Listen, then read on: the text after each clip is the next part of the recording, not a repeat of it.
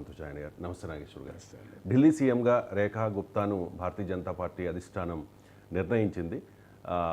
ఇప్పటి వరకు భారతీయ జనతా పార్టీ అధికారంలో ఉన్న ఏ రాష్ట్రానికి కూడా మహిళా సీఎంగా లేరు. సో ఫస్ట్ టైం ఇప్పుడు రేఖా గుప్తాకు అవకాశం ఇచ్చారు. మహిళను సీఎంగా ఎంపిక చేయడంలో బీజేపీ వ్యూహం ఏంటి? అంటే మహిళని చేయడంలో వ్యూహము, పురుషుని చేయడంలో వ్యూహం కన్నా కూడా ముఖ్యంగా రేఖా గుప్తను చేయడంలో ఏంటి, ఏ ఫ్యాక్టర్స్ ఆమెకు దోహదం చేశాయి? అందులో ఒక one of the factor women factor అయి ఉంటుంది. కానీ ఉమెన్ ఫ్యాక్టర్ వల్లనే ఆమె సీఎం అయ్యారనుకుంటే పొరపాటు. ఎందుకంటే మీకు ఒకటి మీరు అన్నట్లు డెఫినెట్గా ఉమెన్ ఫ్యాక్టర్ ఒక ఫ్యాక్టర్. ఎందుకంటే అక్కడ హిస్టరీ ఉంది. ఆమ్ ఆద్మీ పార్టీ తరఫున అతీషి లాస్ట్ వరకు సీఎంగా ఉన్నారు. తర్వాత కాంగ్రెస్ తరఫున 3 టర్మ్స్ షీలా దీక్షిత్ సీఎంగా ఉన్నారు. వాస్తవంగా Bharatiya Janata party last time గెలిచింది 1998 వరకు ఉన్నారు. అప్పుడు సుష్మా స్వరాజ్ సీఎంగా ఉన్నారు. అందువల్ల Delhi has an history of women chief ministers.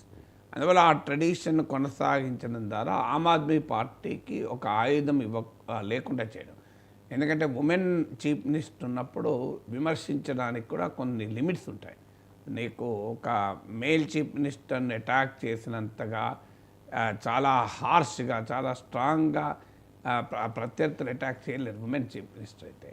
So మీకు అందులో అతీషిని చీఫ్ మినిస్టర్గా ఉన్నారు. అతీషియే బహుశా ప్రతిపక్ష నాయకురాలు కూడా ఉంటారు. ఎందుకంటే ఆమ్ ఆద్మీ పార్టీ ఓడిపోయినాక కూడా ఆ పార్టీకి 22 మంది ఎమ్మెల్యేలు ఉన్నారు. అందువల్ల అదొక బలమైన ప్రతిపక్షం. అందులో Aam Aadmi party good at opposition.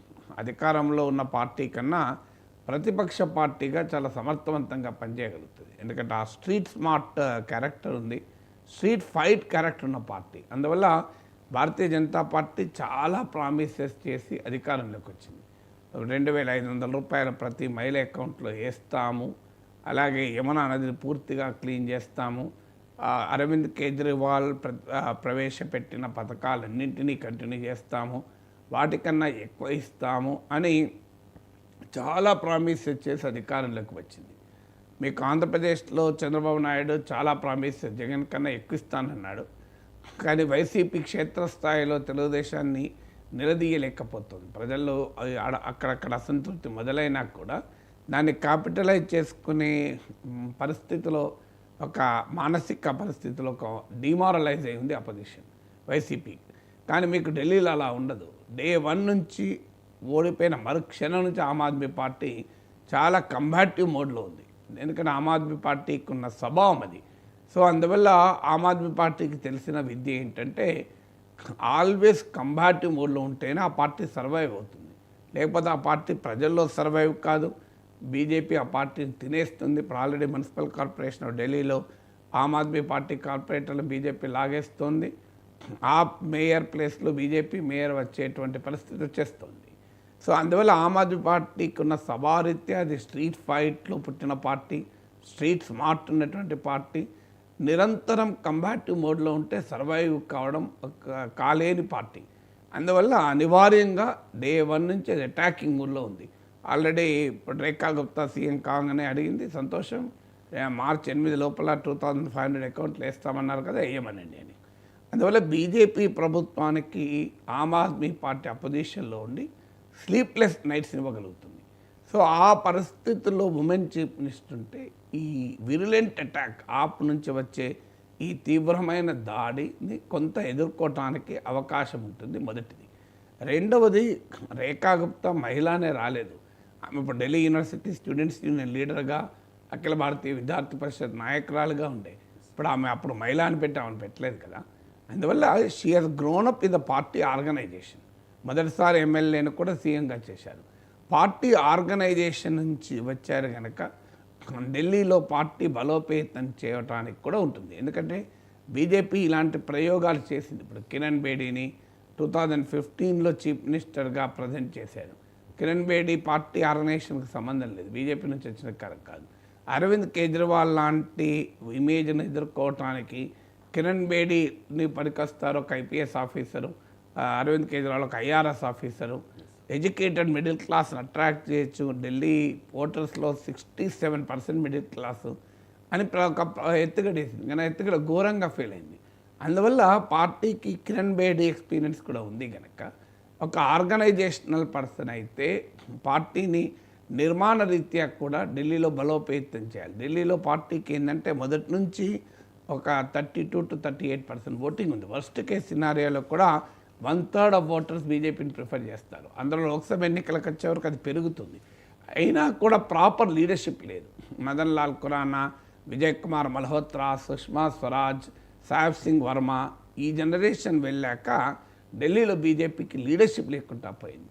అందువల్ల ఆర్గనైజేషనల్ పర్సన్ సీఎం చేయడం ద్వారా ఆ లీడర్షిప్ను బిల్డ్ చేసుకోవాలన్నది రెండవ ఫ్యాక్టర్. మూడో ఫ్యాక్టర్ ఏంటి అంటే సోషల్ ఇంజనీరింగ్ కూడా. ఇప్పుడు మీకు బీజేపీ ఇప్పుడు మెయిన్గా సామాజిక న్యాయాన్ని మేము కట్టుబడి ఉన్నామని అనేక చోట్ల మధ్యప్రదేశ్లో మోహన్ యాదవ్ని తీసుకొచ్చారు, ట్రైబల్ చీఫ్ మినిస్టర్ని పట్టుకొచ్చారు ఛత్తీస్గఢ్లో.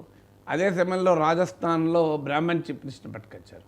అందువల్ల తన core social base upper caste social base బీజేపీది. మీకు బ్రాహ్మణ్ బనియా ఓట్ బేస్ చాలా బలమైన ఓట్ బేస్ బీజేపీకి. ఈ ఓట్ బేస్లో వ్యతిరేకత మొదలైంది. అంటే బీజేపీ ఆర్ఎస్ఎస్ ఇంక్లూజివ్ హిందుత్వ అని బీజేపీ సోషల్ ఇంజనీరింగ్ పేరిట ఇతర సామాజిక వర్గాలను దగ్గర చేసుకొని వారికి ప్రాధాన్యత ఇవ్వడం. నరేంద్ర మోడీ ఓబీసీ ఐడెంటిటీ, మేము మా రాష్ట్రపతిగా ఎస్సీను ఎస్టీని పెట్టాం. ఈ పాలిటిక్స్ ఎప్పుడైతే బీజేపీ మొదలు పెట్టాల్సి వచ్చిందో చాలా రాష్ట్రాల్లో ఈ సోషల్ని మొదలుపెట్టిండ్రు. తన ట్రెడిషనల్ సోషల్ బేస్లో క్వశ్చన్స్ మొదలయ్యాయి. మీకు ఉత్తరప్రదేశ్లో యోగి ఆదిత్యనాథ్ ప్రభుత్వం పైన పెద్ద ఎత్తున బ్రాహ్మణ్స్లో వ్యతిరేకత ఉంది. యాంటీ బ్రాహ్మణ్ చీఫ్ మినిస్టర్ అని. సో ఆయన సాఫ్రన్ లీడర్ అయినా, ఆయన హిందుత్వ ఐకాన్ అయినా పెద్ద ఎత్తున బ్రాహ్మణ్స్లో వ్యతిరేకత మొదలవుతుంది. అది ఇటీవల లోక్సభ ఎన్నికల్లో కూడా మీకు రిఫ్లెక్ట్ అయింది. అందువల్ల తన ట్రెడిషనల్ ఓట్ బేస్ అయిన బ్రాహ్మణ్ బనియా ఓట్ బేస్ను కూడా కోల్పోకూడదు. అందుకే ఒక వైశ్య సమాజం నుంచి రేఖా గుప్తాను తీసుకొచ్చి పెట్టారు. అందువల్ల మేము ఈ సోషల్ ఇంజనీరింగు, ఇంక్లూజివ్ హిందుత్వ, మేము ఈ మండల్ మందిర్ కాంబినేషన్ పాలిటిక్స్లో మేము మా సామాజిక వర్గాలు మాకు బలంగా మద్దతుగా ఉన్న అగ్రకుల సామాజిక వర్గాలను దూరం చేసుకోము అనే ఒక సిగ్నల్ పంపడం అనేది మూడోది సోషల్ ఇంజనీరింగ్. నాలుగో ఫ్యాక్టర్ ఏంటి అంటే భారతీయ జనతా పార్టీలో మోడీ అమిత్ షా కాలంలో బలమైన స్టేట్ లీడర్లను ఉండనివ్వరు. మీకు అది ఇందిరాగాంధీ టైంలో కాంగ్రెస్లో చూసాం. ముఖ్యంగా ఇందిరాగాంధీ టైంలో బలమైన స్టేట్ లీడర్లంతా ఒక్కొక్కరిని ఇందిరాగాంధీ పక్కకు పెడుతూ పోయింది. మీకు అది కాంగ్రెస్ హైకమాండ్ కల్చర్లో చూసాం. ఇప్పుడు ఆంధ్రప్రదేశ్లో కాసు బ్రహ్మానందరెడ్డి లాంటి నేతల్ని అలాగే మీకు ఈ కర్ణాటకలో దేవరాజ్ అర్స్ లాంటి లీడర్లు, ఇలా చాలా చోట్ల బలమైన ఇన్ఫ్లుయెన్షియల్ స్టేట్ లీడర్స్ను వీకెండ్ చేస్తారు. ఎందుకంటే హైకమాండ్ భయం ఏంటంటే బలమైన నాయకులు కనుక రాష్ట్రాల్లో ఎదిగితే వారు తమ నాయకత్వాన్ని సవాల్ చేస్తారని. ఈ ట్రెండ్ మీకు కాంగ్రెస్లో కనిపించింది, ఇప్పుడు బీజేపీలో కనిపిస్తుంది. అందుకే ఎక్కడా బలమైన స్టేట్ లీడర్లు ఉండనివ్వరు. మీకు ఉదాహరణకు మధ్యప్రదేశ్లో శివరాజ్ సింగ్ చౌహాన్ పేరిటే ఎన్నికలు గెలిచారు. బీజేపీ గెలిచిందే కూడా శివరాజ్ చౌహాన్ ప్రభుత్వ పథకాలను చూపెట్టి ఎన్నికలు గెలిచారు. ఇంట్రెస్టింగ్ ఏంటంటే ఆ శివరాజ్ చౌహాన్ని టైం కాస్త పక్కకు పెట్టి ఆయనను కేంద్ర క్యాబినెట్లోకి తీసుకున్నారు. మోడీకి జూనియర్ అయిపోయాడు. మోడీకి పోటీదారు ఆయన మధ్యప్రదేశ్ చీఫ్ మినిస్టర్గా, ఓబీసీ నాయకుడిగా, అనేక పర్యాయాల్లో సీఎంగా గెలిచిన నాయకుడిగా. మోడీ ఎలాగైతే గుజరాత్లో అనేక పర్యాయాలు సీఎంగా గెలిచాడు. ఓబీసీ పార్టీ, ఆర్ఎస్ఎస్ నేపథ్యము, ఈ మూడు కూడా శివరాజ్ సింగ్ చౌహాన్ ఉన్నాయి. అందువల్ల శివరాజ్ సింగ్ చౌహాన్ భోపాల్లో ఉంటే మోడీకి పోటీ. అందువల్ల భోపాల్లో ఆయనను రిప్లేస్ చేసి ఆయనను మోడీకి తన క్యాబినెట్లో పెట్టుకున్నాడు. అంటే తన కాంపిటీటర్ను కాస్త తనకు జూనియర్గా మార్చేశాడు. అందువల్ల ఇలా ఇప్పుడు ఉత్తరప్రదేశ్లో యోగి ఆదిత్యనాథ్ను కూడా మార్చాలని పెద్ద ప్రయత్నం జరిగింది. కానీ ఆ ప్రయత్నం యోగి ఆదిత్యనాథ్కున్న సపోర్ట్ బేస్ వల్ల ఏమీ చేయలేకపోయారు. ఇటీవల లోక్సభ ఎన్నికల వైఫల్యం తర్వాత కూడా మళ్ళీ పెద్ద ప్రయత్నం జరిగేది. కానీ ఆ తర్వాత జరిగిన బై ఎలక్షన్లో యోగి ఆదిత్యనాథ్ తిరిగి గెలిచారు. సో అందువల్ల బలమైన స్టేట్ లీడర్లను మోడీ అమిత్ షాలు అంగీకరించారు. అందుకే మీరు గమనించండి, రాజస్థాన్, మధ్యప్రదేశ్, ఛత్తీస్గఢ్లో వసుంధరా సింధియా, శివరాజ్ సింగ్ చౌహాన్, రమణ్ సింగ్, కర్ణాటకలో యడియూరప్ప ఇలాంటి నాయకులందరినీ పక్కకు పెట్టారు. మీకు ఎక్కడా స్ట్రాంగ్ లీడర్లు ఉండరు చూడండి. తెలంగాణలో కూడా బండి సంజయ్ స్ట్రాంగ్ అవుతుంటే ఆయన పక్క పెట్టేశారు. మళ్ళీ అనివార్యమైన తప్పు ఇప్పుడు ఆయన పట్టుకొస్తారా చూడాలి. ఎందుకంటే మళ్ళీ పార్టీకి వెళ్ళడానికి ఆయన అవసరం అనుకుంటే పట్టుకొస్తారేమో. కానీ సాధ్యమైనంతగా రీజనల్ లీడర్షిప్ స్ట్రాంగ్ కానియరు. అందువల్ల ఎన్నికల్లో ఎక్కడ గెలిచినా మోడీ పేరు చెప్పుకొని గెలవాల్సిందే తప్ప స్ట్రాంగ్ లీడర్షిప్ స్టేట్లో అనివార్యమైతే, ఇప్పుడు ఉత్తరప్రదేశ్లో అనివార్యమైంది, మోడీ యోగి అనాల్సి వస్తుంది. అనివార్యమైతే తెలంగాణలో కూడా బండి సంజయ్ తేవచ్చు. కానీ స్ట్రాంగ్ రీజనల్ లీడర్షిప్ను ఎంకరేజ్ చేయదు మోడీ షా నాయకత్వం. ఇప్పుడు ఢిల్లీలో కూడా స్ట్రాంగ్ రీజనల్ లీడర్షిప్ రాకూడదు. అందుకే పర్వేష్ వర్మ లాంటి బలమైన జాట్ లీడర్ల పేర్లు వినపడ్డాయి. అలాగే విజేందర్ గుప్తా అనే అసెంబ్లీలో ప్రతిపక్ష నేత ఆయన, సో ఆయన పేరు వినబడ్డాయి.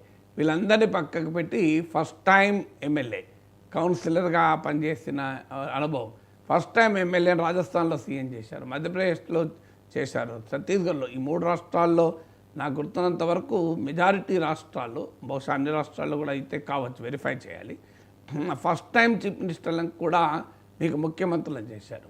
సో ఇప్పుడు ఢిల్లీలో కూడా ఫస్ట్ టైం ఎమ్మెల్యేని చీఫ్ మినిస్టర్ చేస్తున్నారు. సో అందువల్ల దానివల్ల ఏమవుతుంది అంటే స్టేట్ లీడర్షిప్, ఆల్ ఇండియా లీడర్షిప్ను క్వశ్చన్ చేయలేరు. మీరు ఇప్పుడు బీజేపీ టాప్ ఎగ్జిక్యూటివ్ కూడా చూడండి, మీకు ఎక్కడ నితిన్ గడ్కరీ ఇలాంటి వాళ్ళు పక్కకు పెట్టారు. ఒక రాజ్నాథ్ సింగ్ ఉన్నారు పాత వాళ్ళు, ఎవరు వచ్చారు, కొత్త వాళ్ళని తీసుకొచ్చారు. వాళ్ళు మోడీని నిలదీసే అవకాశమే లేదు, మోడీని ప్రశ్నించే అవకాశం లేదు. ఇప్పుడు మన రాష్ట్రం నుంచి డాక్టర్ లక్ష్మణ్ ఉన్నారు, డాక్టర్ లక్ష్మణ్ మోడీని ప్రశ్నించగలడా? సాధ్యం కూడా కాదు.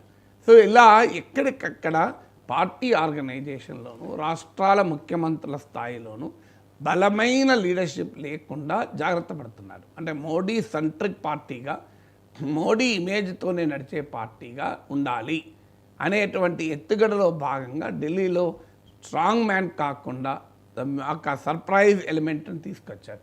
మొదటి నుంచి చర్చ నడుస్తుంది, సర్ప్రైజ్ పట్టుకొస్తారు. ఎందుకంటే పర్వేష్ వర్మ, సాహెబ్ సింగ్ వర్మ మాజీ ముఖ్యమంత్రి కొడుకు ఢిల్లీలో అరవింద్ కేజ్రీవాల్ను ఓడించాడు. సో ఆ రకంగా చాలా powerful leader, Jat leader. Jat community ఢిల్లీలో ఒక బలమైన కమ్యూనిటీ.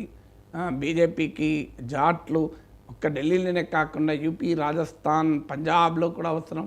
అయినా కూడా జాట్ నాయకుడిని పక్క పెట్టారు. ఎందుకంటే జాట్ నాయకుడు సీఎం అయితే ఆయన పవర్ఫుల్ అయిపోతాడు. సో అందువల్ల చాలా వ్యూహాత్మకంగా రేఖా గుప్తాను తెర మీద తెచ్చారు.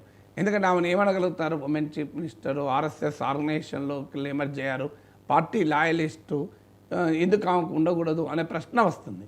అందువల్ల వ్యూహాత్మకంగానే ఈ ఎత్తుగడ చేస్తారు. ఇప్పుడు ఈవెన్ రాష్ట్రపతి పదవికి కూడా మీరు గమనించండి, మీరు ఎల్కే అద్వానీని ఇలాంటి వాళ్ళను అద్వానీ రాష్ట్రపతి చేస్తా అంటే ప్రతిపక్షం కూడా పోటీ పెట్టదు.